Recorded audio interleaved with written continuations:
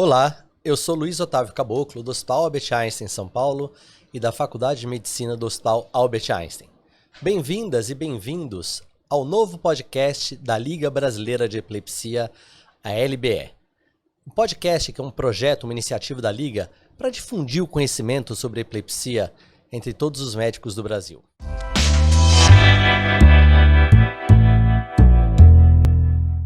E nessa nova fase do podcast da Liga Brasileira de Epilepsia, ninguém melhor para iniciar essa nova fase do que a nossa convidada de hoje, uma convidada muito especial, a professora Elza Massi Yacobian. A doutora Elza Massi, que todos nós conhecemos, é professora adjunta livre-docente da Unifesp, a Universidade Federal de São Paulo, e chefe do setor de epilepsia, a Unipet, a Unidade de Pesquisa e Tratamento das Epilepsias do Hospital São Paulo da Unifesp.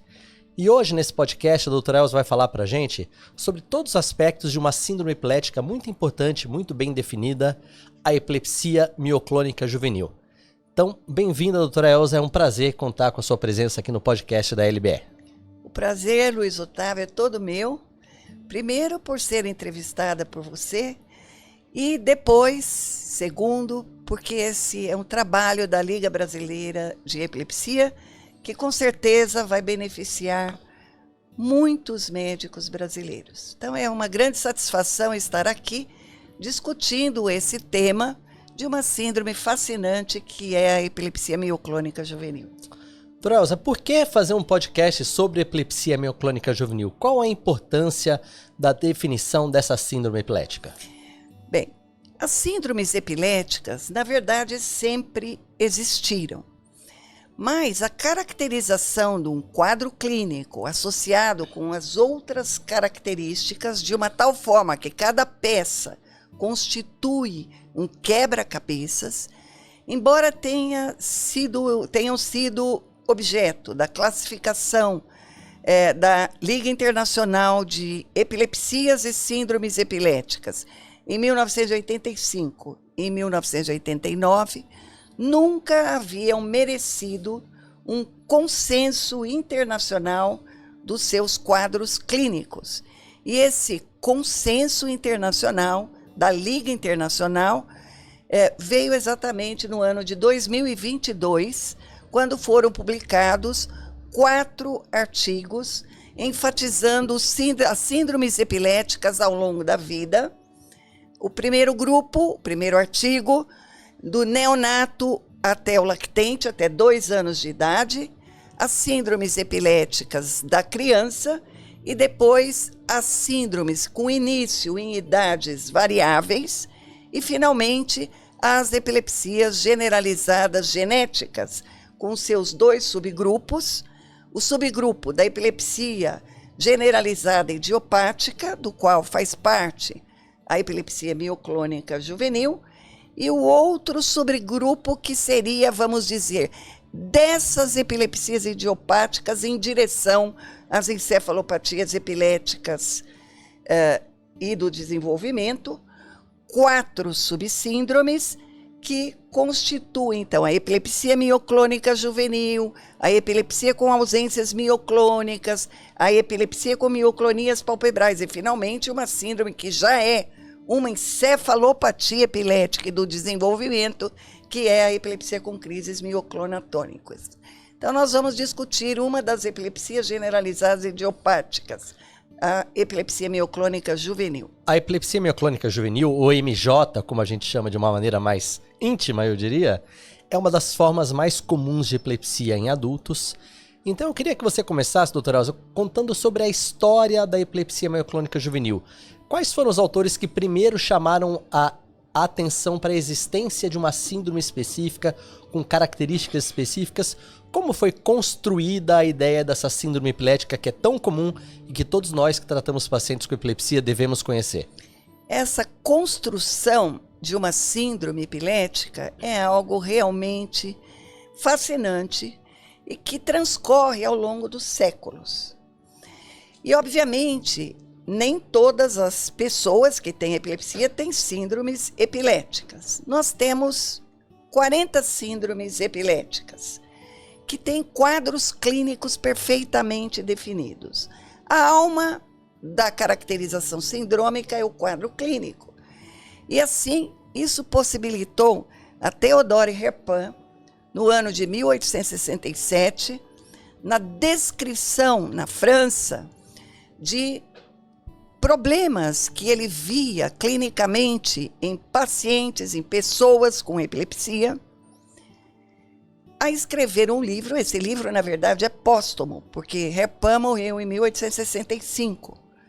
E nesse livro póstumo, no último caso, ele descreve o menino, filho de um médico, que tinha 13 anos, que passou a apresentar o que Herpin chamava de secouses, comoções. E essas comoções eram abalos mioclônicos. Esse menino, 3 meses depois, passou a apresentar crises tônico-clônicas e Herpin, então, afirma que a epilepsia se transformou em algo muito mais sério e que esses abalos aconteciam quando ele despertava, particularmente quando era despertado, e predominavam na sua mão direita, fazendo com que derrubasse objetos que estivessem nessa mão. Provavelmente o menino era destro. Então essa descrição foi seguida em 1899 pela tese, também na França, de Rabot, que descreveu 5 pacientes próprios e reviu toda a literatura. É uma tese absolutamente fascinante, escrito então nessa época, na França, no século XIX, em que ele descreve as mioclonias intermitentes e conscientes. É assim o nome da tese de Rabot. E conscientes, interessante que a gente vai voltar mais tarde à questão da consciência na MJ. Com certeza, porque isso é um aspecto muito importante. E esse quadro ficou relativamente pouco descrito em outros artigos, até que, na Península Escandinávica, Unverricht e Lundborg passaram a estudar aquelas grandes famílias escandinavas com epilepsias mioclônicas progressivas. E aí eles descrevem o quadro daquilo que mais tarde seria chamado Síndrome de Unverricht e Lundborg. E que eram mioclonias erráticas, duradouras, que permaneciam o tempo todo, mais evidentes durante movimentos. Essa é a chamada mioclonia tipo Unverricht. E assim permaneceu até que Dieter Jans, numa extraordinária capacidade de gestalt, de olhar o todo, descreveu em 1957, junto com o seu eletroencefalografista, Walter Christian, descreveu todos os detalhes da síndrome, em termos clínicos, eletroencefalográficos, em termos de prognóstico, em termos de personalidade, impacto na vida, tudo aquilo que você precisar descrever na síndrome hoje, pode ter certeza que você encontra no artigo de 1957 na Nervenarzt. É também chamada, por isso, Síndrome de Jans, que não foi o nome porque é um epônimo reconhecido pela Liga Internacional. Pela Liga Internacional, em 2022, ela é epilepsia mioclônica juvenil. Não, sem dúvida, um trabalho muito impressionante do Jans, porque lá na década de 50, com menos recursos diagnósticos que nós temos hoje, ele descreveu todas as características clínicas da epilepsia mioclônica juvenil. Então hoje, já com os recursos diagnósticos que nós dispomos e passados aí 50 anos da descrição por Jans, quais são as características clínicas, quais são as características eletroencefalográficas que nos fazem pensar no diagnóstico de epilepsia mioclônica juvenil quando nós atendemos um paciente com epilepsia? Bem, Luiz Otávio, como você bem sabe, a alma da epileptologia é a anamnese. Num dos últimos eventos internacionais que Dieter Jans participou, eu tive a honra de ter sido uma convidada, foi em Haia, num consenso organizado pela doutora Dorotê, nossa NT, e Dieter Jans fechou a reunião de consenso. Eu tenho, inclusive, esse vídeo, e ele diz: escutem os pacientes. Como fazia Jackson, por exemplo, escutava os pacientes com epilepsia do lobo temporal e depois correlacionava com a patologia. E também Dieter Jans, escute o paciente, porque a alma da epileptologia é a anamnese. Os exames complementares, aí no caso, como os estudos de neuroimagem, pelo menos os estudos de neuroimagem que fazemos rotineiramente, são normais as características eletroencefalográficas. E Dieter Jans teve a oportunidade de não só descrever com sua Gestalt que, se o médico não entendesse nada de epilepsia, mas escutasse o paciente dizer que na véspera havia saído, alemão jovem gosta de sair, de beber, de passar a noite bebendo cerveja, festejando e bebendo cerveja. Então, que se ele contasse isso durante a anamnese, que você obrigatoriamente tinha que dizer a ele que se ele evitasse bebidas alcoólicas e a privação de sono que acompanha essa noitada, ele já estaria causando um benefício imenso para essa pessoa, porque as crises muitas vezes eram provocadas por esses fatores. Mas as características eletroencefalográficas puderam ser caracterizadas por uma forma que talvez hoje fosse considerada antiética, mas que na época não havia esse conceito. Ele pedia para que os meninos tomassem uma garrafa de vinho e fossem dormir a 1h da manhã e, além disso, fossem até o laboratório às 7h da manhã e tivessem os seus eletroencefalogramas registrados. Os mais belos eletros de epilepsia mioclônica juvenil estão publicados por Dieter Jans, porque era necessário uma provocação. Então, hoje nós vemos muito frequentemente nos eletros que vemos no nosso meio, por exemplo, que o paciente é um paciente que não é aconselhado a dormir menos, né? Não é fazer uma privação de sono talvez tão intensa como a que preconizava Dieter Jans, nem beber cerveja. E ele, então, conseguiu o padrão eletroencefalográfico das poliespículas que caracterizam o fenômeno mioclônico em todas as epilepsias que cursam com mioclonia. Então, é um trabalho absolutamente pioneiro, embora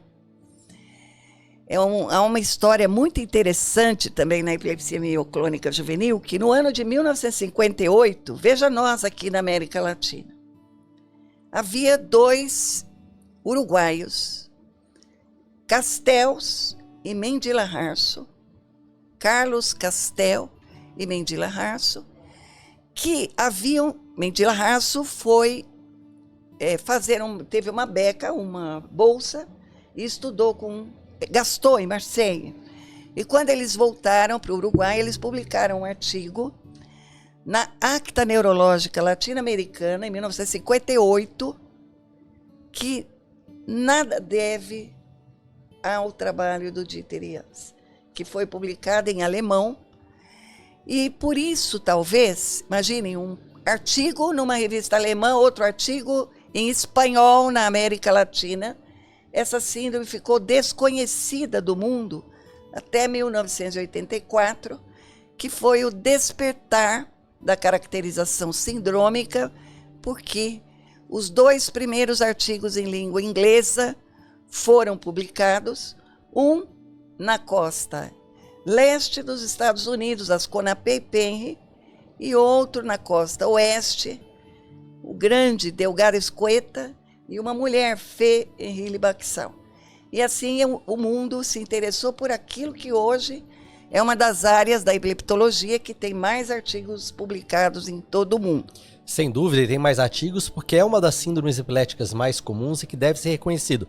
Como a gente sempre diz para quem está aprendendo epilepsia, se você não está vendo pacientes no ambulatório de epilepsia com epilepsia mioclônica juvenil, é simplesmente porque você não está reconhecendo esses pacientes, dada a frequência dessa síndrome. Então, doutora Elza, dê uma dica para quem está nos assistindo aqui.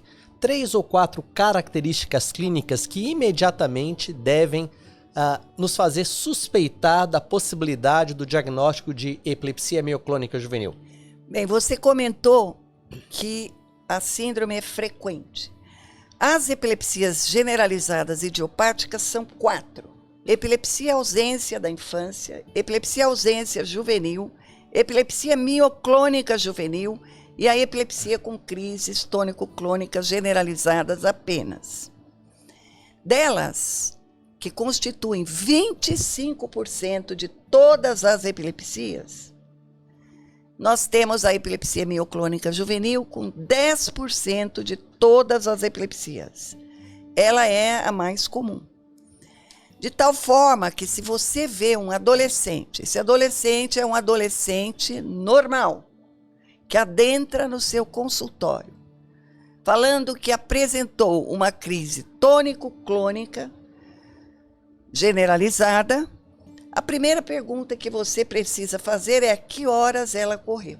Se ele disser pela manhã, você pergunta o que você fez ontem. Ontem era, ou antes de ontem, porque se for uma segunda-feira, era sexta-feira, obviamente o dia que você está mais cansado, depois de uma semana de provas. No Brasil, nós temos um problema muito sério, porque esses anos mais avançados, geralmente, só tem atividades escolares pela manhã, então não há como trocar o horário. E ele, então, acordou, ficou sem dormir, porque passou por uma semana de prova, estresse, acordou muito cedo, porque o ônibus passa na sua casa por volta das 6 horas, e apresentou a crise cerca de 1h30, 2 horas depois na escola. E a crise foi uma crise que você não tem dúvida, pelo que descrevem os seus colegas, que se tratou mesmo de uma crise tônico-clônica generalizada. Então, essa é a característica maior, porque muito raramente a pessoa, o adolescente, vai buscar um neurologista pelos outros tipos de crises que caracterizam essa síndrome. 80% deles têm crise tônico-clônica generalizada. Cerca de todos têm que ter mioclonia, porque esse é o critério mandatório definidor da síndrome. E 30% têm ausências. As ausências são muito sutis na síndrome. Ausências são consideradas, quando você explica que pode ter ausência para o paciente, ele vai então dizer que ele tem alguns lapsos, perde algumas palavras de uma sentença, por exemplo, que alguém está lhe dizendo, mas são extremamente breves. É interessante que as ausências da epilepsia mioclônica juvenil, semiologicamente, são bem diferentes das ausências que a gente vê nas crianças com epilepsia ausência da infância, certo? Completamente diferentes. Por quê? Primeiro, pelas características da duração, pelo caráter picnoléptico, de picnós frequente. A criança com epilepsia ausência da infância tem crises que duram ao redor de 10 até 20 segundos, com o aspecto característico no elétrico, que é a espícula logo seguido de uma onda lenta, como se a onda lenta inibisse a propagação ou a reunião das espículas. Então, é aquilo que dá o caráter 3 por segundo. Em geral, começa mais do que 3, fica 3 no meio e um pouco mais lenta do que 3 no final. Mas isso dá uma ausência em que é muito evidente, porque há uma interrupção por esse tempo, vai haver geralmente uma versão dos olhos, às vezes acompanhado de um piscamento 3 por segundo. Além de, nas mais longas, algum automatismo, às vezes manual, às vezes até um pouco alimentar. E essas ausências não são assim na epilepsia mioclônica juvenil. Elas são muito breves, são lapsos quase imperceptíveis pelos circundantes, porque há uma parada, mas essa parada é sutil, sem desvio dos olhos, sem piscamento, sem todos esses outros comemorativos e bem mais curta. O caráter eletrocefalográfico também é diferente, porque aí nós vamos ver sempre alguma poliespícula, porque é um marco, o selo dessa forma de epilepsia, e ritmado a 5, 6 por segundo. Bem diferente. Então nós vamos pensar na epilepsia mioclônica juvenil quando nós atendemos um adolescente que conta que teve uma crise tônico-clônica logo após o despertar, muitas vezes precedido de privação de sono, consumo de bebida alcoólica, e que, não espontaneamente, mas quando perguntado, vai referir às mioclonias, que ocorrem isoladamente ou antes da ocorrência da crise tônico-clônica. Falando assim, né, doutora Elza, parece que um diagnóstico bem claro, um diagnóstico que não vai ser perdido por alguém que tem algum conhecimento sobre isso. Mas não é essa a realidade que a gente vê. Todos os dias a gente vê no consultório, no ambulatório de epilepsia, pacientes que chegam com um diagnóstico equivocado de epilepsia focal. Pacientes que têm uma epilepsia mioclônica juvenil bem definida e que vêm sendo tratados e, portanto, mal tratados com fármacos destinados ao tratamento das epilepsias focais. Por que que isso acontece com tanta frequência? E no que o eletro pode contribuir para esse diagnóstico equivocado? Bem, isso acontece com muita frequência porque, em geral, quando o paciente, por exemplo, é atendido no pronto-socorro com uma crise tônico-clônica, porque as crises tônico-clônicas são hoje muito claramente distinguidas. Há crises tônico-clônicas generalizadas, e das epilepsias generalizadas, e crises tônico-clônicas bilaterais, crises focais que evoluem para crises tônico-clônicas bilaterais. Obviamente que foi feita essa distinção porque numa crise tônico-clônica bilateral, você obrigatoriamente tem que procurar uma causa estrutural. E o fato é que o paciente que tem uma crise tônico-clônica, como 60% das epilepsias são focais, o médico do pronto-socorro, em geral, vai pensar que está diante de um paciente, porque muito frequentemente ele não vai ver a manifestação da crise tônico-clônica, porque ela dura 1 minuto a 1 minuto e meio. E assim, ele vai então, pela maior prevalência, tentar tratar com um fármaco para epilepsia focal, que muitas vezes vai ser continuado. Esse é um dos motivos. Mas quando o neurologista vê e caracteriza as mioclonias, há um conceito da década de 1950, que é o conceito de sistema centrencefálico, que alguns médicos mais velhos, ainda hoje, acreditam que esse é o conceito que rege as epilepsias generalizadas. Que uma epilepsia generalizada tem origem no tronco encefálico e no tálamo, que realmente são importantes na geração, na ritmicidade dos paroxismos e tudo mais, mas que as descargas seriam bilaterais, síncronas e simétricas. Então esse é um problema para os eletrocefalografistas, porque as descargas muitas vezes são assimétricas, predominam nitidamente nos lobos frontais, porque o tálamo é quem dá a ritmicidade dos complexos. E os núcleos inespecíficos do tálamo, eles se projetam para as áreas frontocentrais. E não são bilaterais, síncronas e simétricas. Elas podem ter um predomínio ora de um lado, ora do outro, também clinicamente. Clinicamente, Herpan já dizia que o filho do médico atirava os objetos que estivessem em sua mão direita.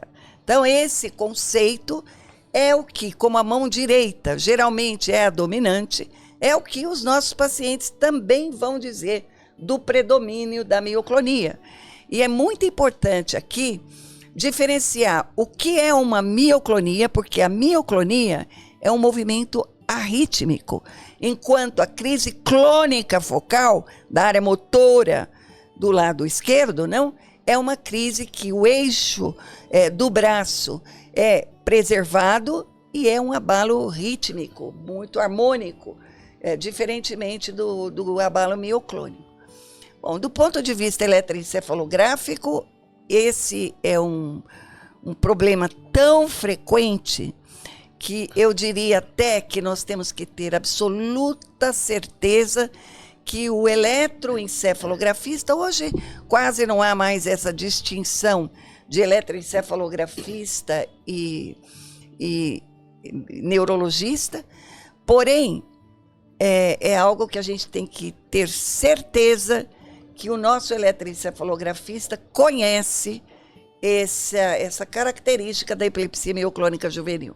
Precisamos ter certeza, então, lembrar que na epilepsia mioclônica juvenil pode haver achados que parecem focais no eletroencefalograma e que na interpretação do achado nós precisamos ver a clínica e todos os achados do eletroencefalograma que podem incluir alguns achados focais que acabam gerando confusão. Bom, doutora Elza, feito o diagnóstico, me conte um pouquinho agora sobre como é a jornada do paciente com epilepsia mioclônica juvenil. Em termos, por exemplo, é muito frequente quando a gente faz o diagnóstico no adolescente que o adolescente, ou o pai, ou a mãe, faça as seguintes perguntas. A inteligência dele é normal e será normal? Haverá algum problema cognitivo hoje ou no futuro? Existe algum problema psiquiátrico associado? Como que esse diagnóstico, como que o tratamento vai afetar a vida do meu filho e da minha filha? Bem, antes de abordar isso, e até porque nós estávamos falando da focalidade, entre aspas, dos eletros da epilepsia mioclônica juvenil, é muito importante nós comentarmos que a fisiopatogênese desse problema é cortical. E já comentamos que as projeções talâmicas se fazem especialmente para as áreas frontocentrais. Não só, porque 30% dos pacientes também têm fotossensibilidade, ou seja, ora é o córtex frontal, ora é o córtex occipital, e é isso que faz com que muitas vezes essas descargas sejam assimétricas, e o tálamo simplesmente vai dar não a geração de complexos bilaterais síncronos e simétricos, mas vai fornecer a ritmicidade dos paroxismos, que aí é poliespícula. Poliespícula é quase que um ritmo rápido generalizado, que antigamente era chamado de ritmo recrutante, abortado por uma onda lenta. Isso significa que aquela pessoa que tem esse padrão está propensa a ter crises tônico-clônicas. E, obviamente, que a epilepsia mioclônica juvenil, não só ela, como todas as síndromes que começam na adolescência, uma vez que esse adolescente é uma pessoa absolutamente normal, obviamente que uma deficiência intelectual por outra causa não vai imunizar essa pessoa de ter epilepsia mioclônica juvenil. Porém, é uma idade muito complicada para começar uma epilepsia, em que o uso de álcool, a privação de sono, o estresse excessivo, o despertar prematuro pela manhã são os fatores de desencadeamento de crises mais frequentes. São quase que coisas impossíveis de se evitar na adolescência. Parece uma ironia do destino da natureza que essa síndrome epilética, esse tipo de epilepsia incida numa faixa etária na qual os fatores desencadeantes vão estar mais presentes. A gente fica imaginando se começasse numa pessoa já mais velha, que tivesse um ritmo de vida regular, as coisas seriam mais fáceis, mas elas são como são. A gente tem que lidar com isso, lidar com o adolescente que vai se expor a esses fatores desencadeantes. É dificílimo. Alguns indivíduos irlandeses, imagina você ter epilepsia mioclônica juvenil na Irlanda. Então, o que acontece? Eles descreveram o artigo como a síndrome de Cinderela. Então, você está lá num pub e você tem que chegar antes da meia-noite, sem beber nada na sua casa. Então é algo absolutamente impossível. E, por isso, muito frequentemente nós vamos observar a pseudo-refratariedade, pelo menos 20% dos casos. Se transformar num padre para um adolescente é difícil. É muito difícil. Então, essa é uma das epilepsias mais desafiadoras que nós temos em termos do tratamento. Por outro lado, a vida será muito afetada pela epilepsia, obviamente por isso que nós estamos comentando agora, mas também pela disfunção frontal, que muitas vezes esses pacientes têm também, porque essa, fisiopatogenicamente, é uma epilepsia do lobo frontal. E esses pacientes, de novo, a Gestalt de Dieter Jans fez com que ele fizesse talvez a melhor descrição que nós temos até esse momento da personalidade do adolescente. Imagina, em 1957, você ter como modelo de epilepsia, a epilepsia focal do lobo temporal, e observar pessoas, adolescentes, que tinham esse outro comportamento, que era totalmente diverso daquele da epilepsia do lobo temporal com esclerose hipocampal. Não havia comprometimento de memória, não havia toda a questão mesmo, se é que existe, mas alguns pacientes têm, a personalidade na epilepsia do lobo temporal é o oposto, né? A hipergrafia, a eloquência, quer dizer, o paciente tem dificuldade para encontrar a palavra e começa a descrever o que precisa com muitas outras palavras, não é? Então, isso tudo não falta na epilepsia mioclônica juvenil, mas, em compensação, eles têm uma síndrome dissecutiva do lobo frontal. Então, eles têm dificuldade em se organizar, eles têm impulsividade, e isso foi uma discussão na literatura enorme, porque Jans dizia, contrariamente à personalidade clássica da epilepsia, eles prometem mais do que cumprem. E aí todo mundo dizia, isso é da adolescência, porque eles são adolescentes. Mas a epilepsia do lobo temporal mesial muitas vezes também começa na segunda década da vida. É realmente a função neurológica que é diferente. E isso tudo impacta enormemente, porque é preciso uma organização, não só em relação à adesão ao tratamento, mas aos princípios da vida, não? Da higiene do ciclo vigília-sono absoluta e tudo aquilo que contradiz com essa época da vida. Sim, essas medidas de estilo de vida. O seu grupo, na Unifesp, fez contribuições muito importantes no estudo da epilepsia mioclônica juvenil com relação aos aspectos cognitivos e as comorbidades psiquiátricas. E eu queria perguntar especificamente sobre essa questão psiquiátrica. Parece muito claro que esses pacientes com epilepsia mioclônica juvenil têm um risco aumentado de ter quadros como depressão e ansiedade.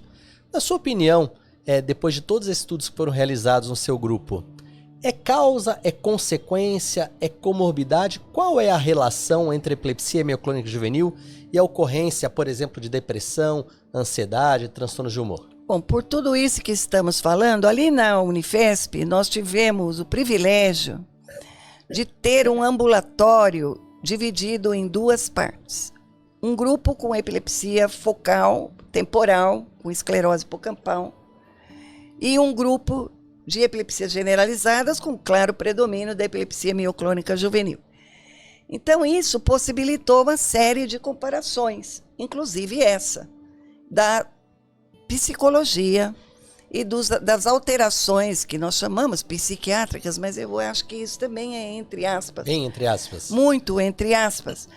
Porque, na verdade, isso não é somente um fator. Esses fatores que nós estamos comentando, da idade de início, da situação do adolescente diante de um quadro desses, Numa epilepsia que perdura muito provavelmente por toda a vida, não de uma forma homogênea ao longo das décadas, mas perdura por toda a vida, há muitos fatores envolvidos, né?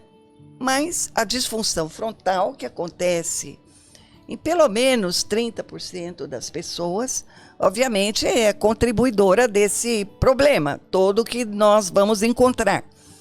E não só a ansiedade e depressão, como muitas vezes fatores de desestruturação de toda a vida, certo? Porque você não consegue seguir uma profissão, você não consegue ter a organização necessária para pensar, né, no seu futuro, no amanhã. Então, é como a gente diz, por exemplo, que o lobo frontal só amadurece aos 21 anos, porque aos 21 anos você vai ter a concepção que se você não se organizou até agora, você não vai conseguir sustentar a sua família.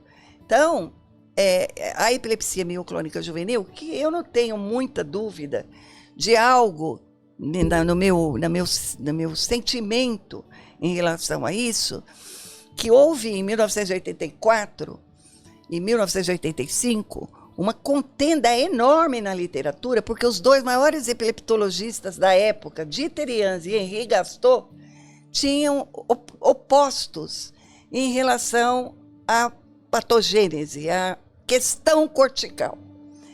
Dieter Jans era espaldado pelos grandes patologistas alemães, que são os melhores de todo o mundo até hoje, na área de epilepsia, pelo menos.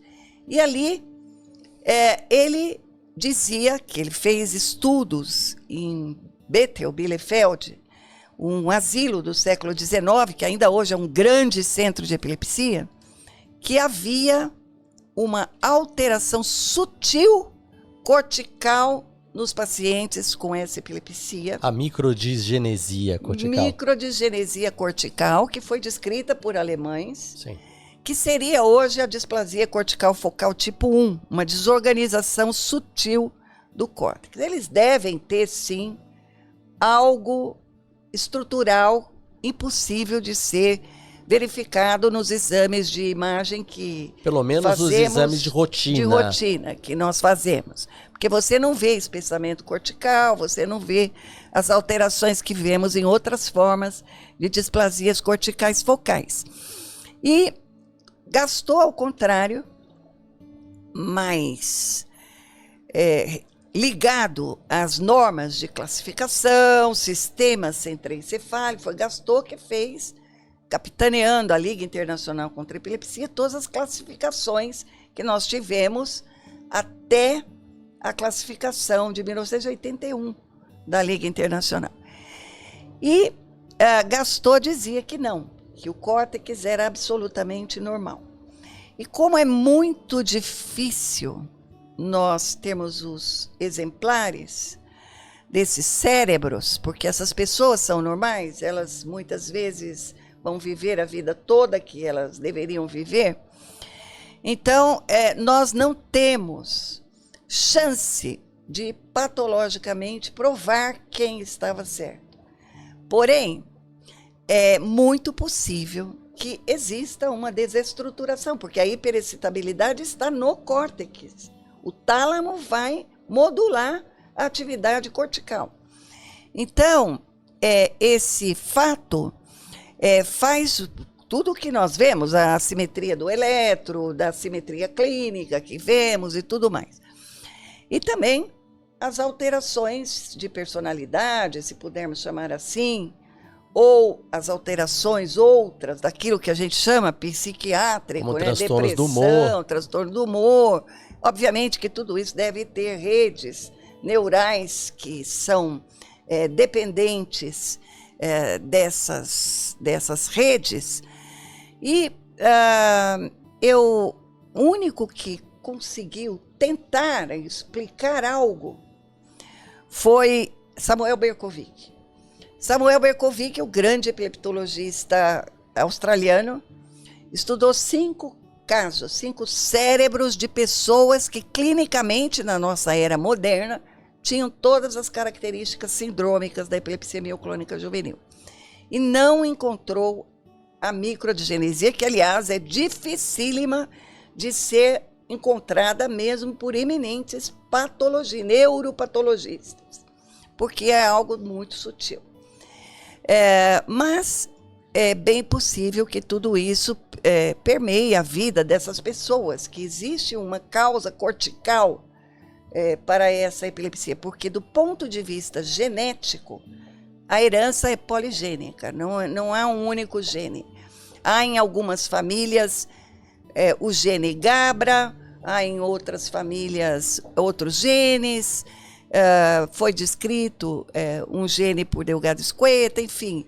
Há também uma contenda do ponto de vista genético nessa forma de epilepsia, mas, sem dúvida, todas essas epilepsias generalizadas, ditas genéticas, devem ser poligênicas. Muito bem. Falando um pouco sobre o tratamento, como é o tratamento desses pacientes? Quais são as dificuldades encontradas no tratamento?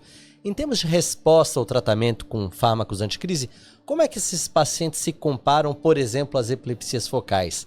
Eles são mais fáceis de controlar as crises, mais difíceis? Qual a sua opinião sobre isso? A epilepsia mioclônica juvenil, durante muitas décadas, foi chamada epilepsia mioclônica juvenil benigna de Jans. E, na verdade, de benigno, por tudo isso que nós já comentamos, ela não tem pouca quase coisa, né? nada. E, como tal, dificílima de tratar, porque nós temos que, obviamente, tratar a família e a pessoa, organizar a vida de uma pessoa que pode ter uma disfunção frontal. E o remédio, o fármaco, é um dos pratos da balança.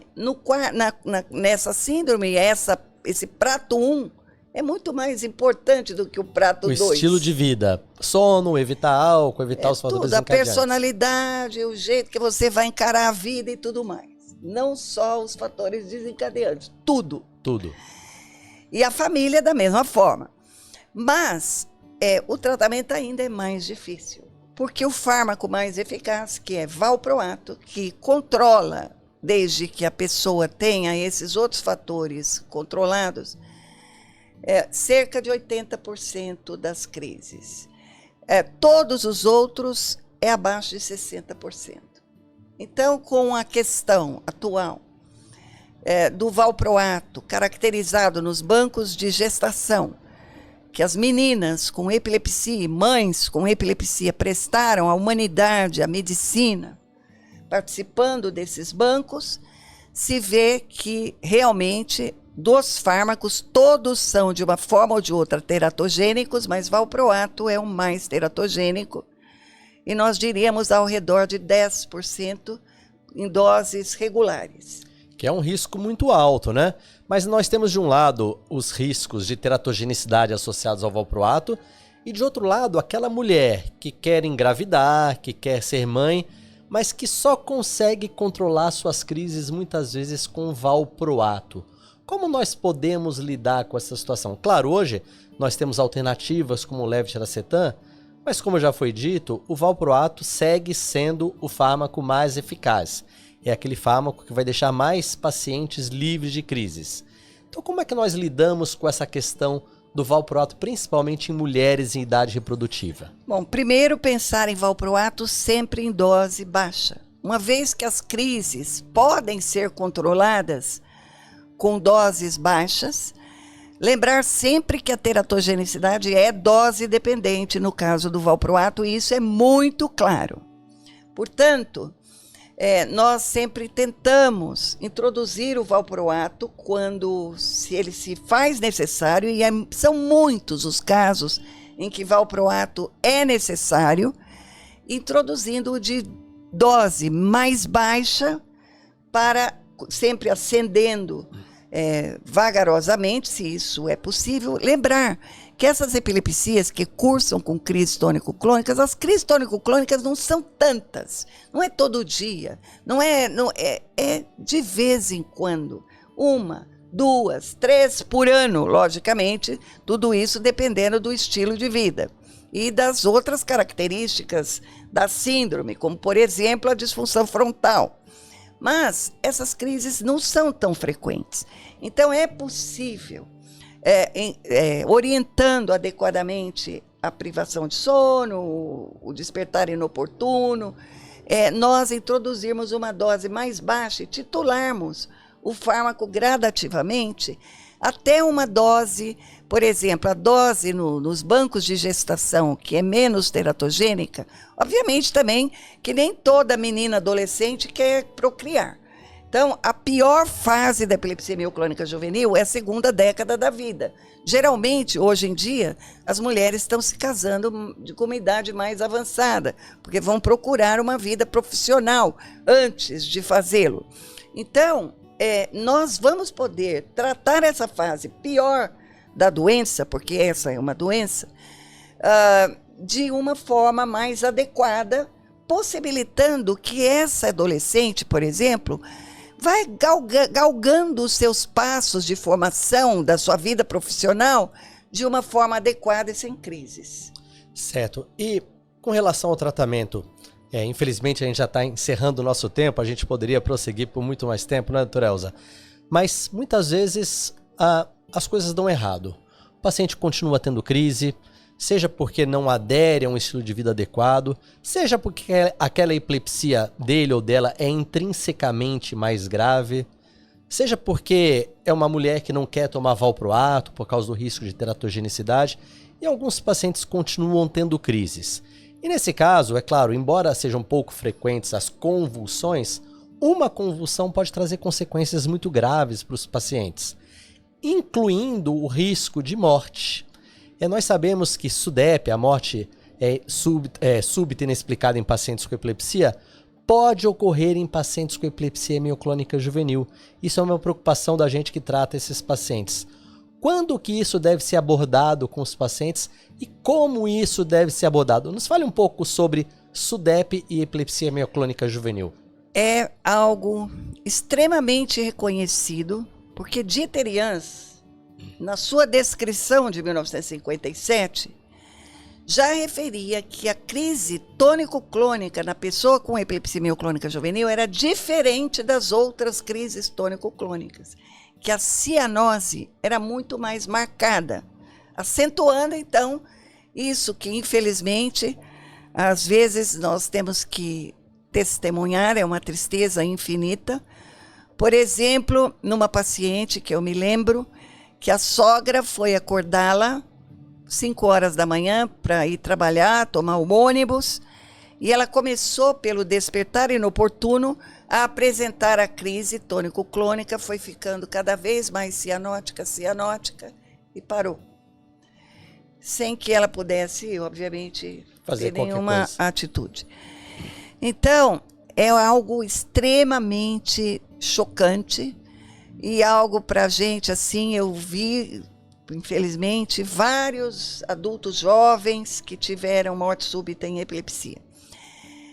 Esse problema é relatado, obviamente, na literatura, não só com a crise tônico-clônica da epilepsia mioclônica juvenil, como com todas as epilepsias com crises tônico-clônicas, que o risco é muito maior.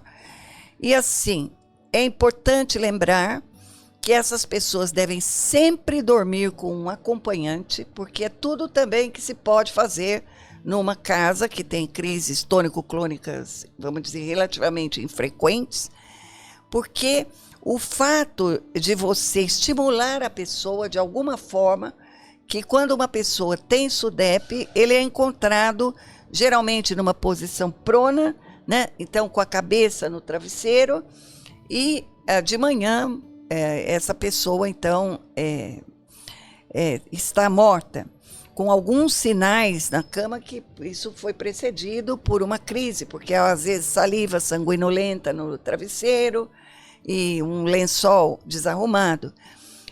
Mas é algo que é preciso, quando especialmente nós vemos que o problema está, como você descreveu, numa dificuldade de controle, é hora da gente, sim, porque às vezes só quando a gente expõe todas essas características que a família, porque a adolescência é difícil em todas as famílias, resolve participar mais ativamente do tratamento.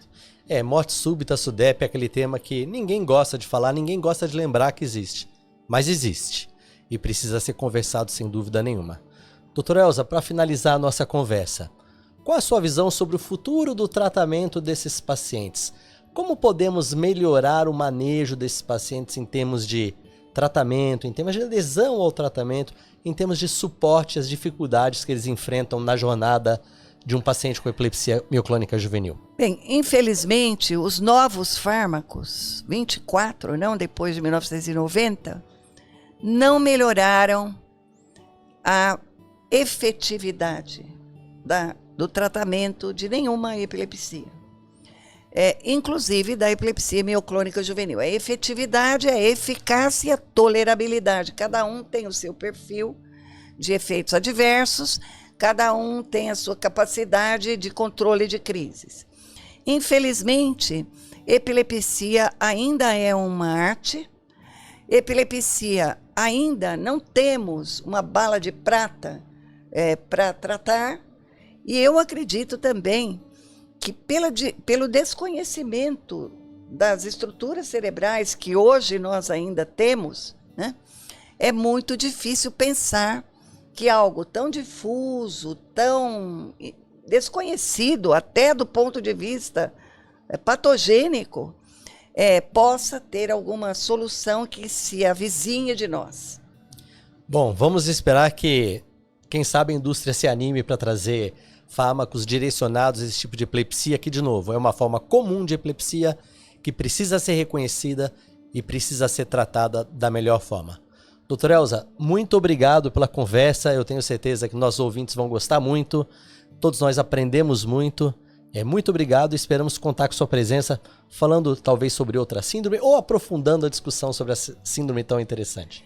Bem, eu é que agradeço. É um grande prazer estar aqui com você no dia de hoje e assim ajudando e tentando melhorar o programa educacional da Liga Brasileira contra a Epilepsia, da Liga Brasileira de Epilepsia, que tem um nome mais correto que a Liga Internacional, porque educação, na minha opinião, é a única forma que nós temos de melhorar o cuidado das pessoas com epilepsia. Muito obrigada. E educação é o que nós buscamos aqui com os podcasts da Liga Brasileira de Epilepsia, a LBE. Muito obrigado a todos que estiveram conosco. Sigam a LBE nas redes sociais. Participem dos próximos episódios, enviem sugestões. A ideia é que a gente traga conversas sempre muito educativas e muito interessantes sobre vários tópicos relacionados à epilepsia. Muito obrigado a todos.